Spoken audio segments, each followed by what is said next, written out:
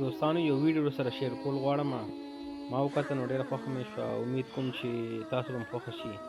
دا ویډیو مولانا صاحب بیان کولو کله چې یو کس وفات شوی و، نو هغه دوران کې دی په قبرستان کې دعا کوله چې انسان کله مړ شي او دې قبر کې کېښودی شي د سره څه عمل کېږي.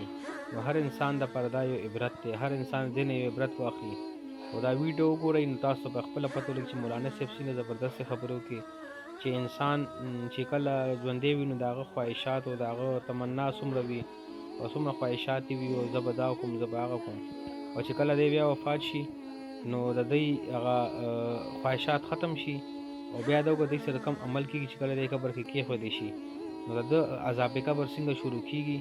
نو تاسو خپل هم دا ویډیو وګورئ، تاسو ته به اندازه ولګي چې انسان پر دنیا کې څه شی نه دی. بس هر انسان ته پکار چې د آخرت تیاری وکړي. انسان چې کله قبر کې کېږي ځمکه پرې داسې راجوخته شي، ځمکې ځان ته راجوختې کړي او لړزه دله ورکړي چې بدعمله انسان یې دا پختۍ په یو بل کې داسې ننوځي. په دې قبر باندې خو ختمېږي نه، که ختمېدلی ښه به وه چې دلته ختمه شوې وې، خو د قبر نه اخوا بیا بله زندګي شروع شو، ژوند شروع شو، بیا حساب او کتاب دی.